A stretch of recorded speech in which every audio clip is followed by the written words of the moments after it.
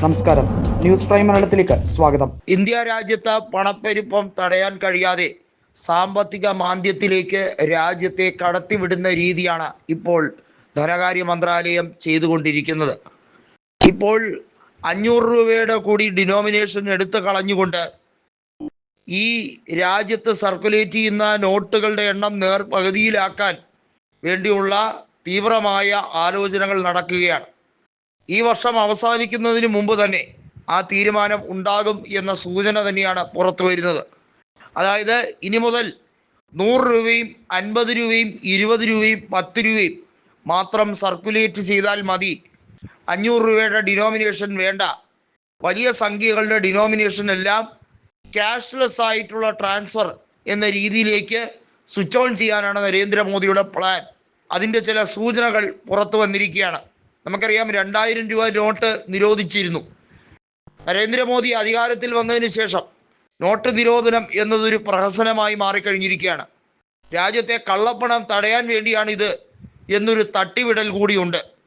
ഈ വിടൽസ്, അതായത് വെറും പൊള്ളയായ വാഗ്ദാനങ്ങൾ മാത്രം ജനങ്ങൾക്ക് നൽകിക്കൊണ്ട് കള്ളപ്പണം പിടിച്ചെടുത്ത് ഓരോരുത്തരുടെയും ബാങ്ക് അക്കൗണ്ടിൽ 15 ലക്ഷം രൂപ കൊണ്ട് ഡെപ്പോസിറ്റ് ചെയ്യും, കേന്ദ്ര സർക്കാർ അതിന് പ്രതിജ്ഞാബദ്ധമാണെന്നൊക്കെ തട്ടിവിടലാണ് നമ്മൾ കണ്ടത്.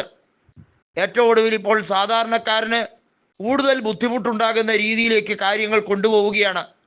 500 രൂപ കൂടി നിരോധിക്കുന്ന സാഹചര്യത്തിലേക്ക് വരുമ്പോൾ കൃഷിപ്പണിക്കാർക്കും കൂലിപ്പണിക്കാർക്കുമൊക്കെ അന്നുള്ള ദിവസവേതനം അത് കൃത്യമായി സൂക്ഷിക്കാനോ അത് കൃത്യമായി ഉപയോഗിക്കാനോ കഴിയാത്ത രീതിയിലേക്ക് മാറും.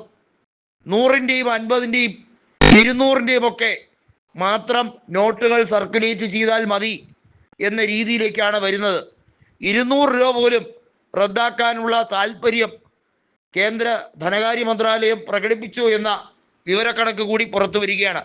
നമുക്കറിയാം, നേരത്തെ തന്നെ നിർമ്മല സീതാരാമൻ്റെ പല നയങ്ങളെയും എതിർത്തുകൊണ്ടാണ് reserve bank governor Sanjay Malhotra നിരവധിയായ വിമർശനങ്ങൾ തൊടുത്തുവിട്ടത്. മാത്രമല്ല, നിതിൻ ഗഡ്കരിയും നിലവിൽ കേന്ദ്രത്തിലെ പല വകുപ്പ് മന്ത്രിമാരും ആഭ്യന്തര മന്ത്രാലയത്തെ കുറ്റപ്പെടുത്തുകയാണ്. അവരുടെ ബജറ്റുകൾ എല്ലാം തന്നെ ഏകപക്ഷീയമായി ഏതാനും ചില സംസ്ഥാനത്തേക്ക് ഒതുങ്ങി നിൽക്കുന്നു എന്നത് മാത്രമല്ല, BJP ഭരിക്കുന്ന സംസ്ഥാനങ്ങളിൽ പോലും കൃത്യമായി ആനുപാതികമായി അവർക്കുള്ള വിഹിതം കൊടുത്തിട്ടില്ല. നിർമ്മലയെ പോലെ ഒരു മന്ത്രി പാഴാണ്.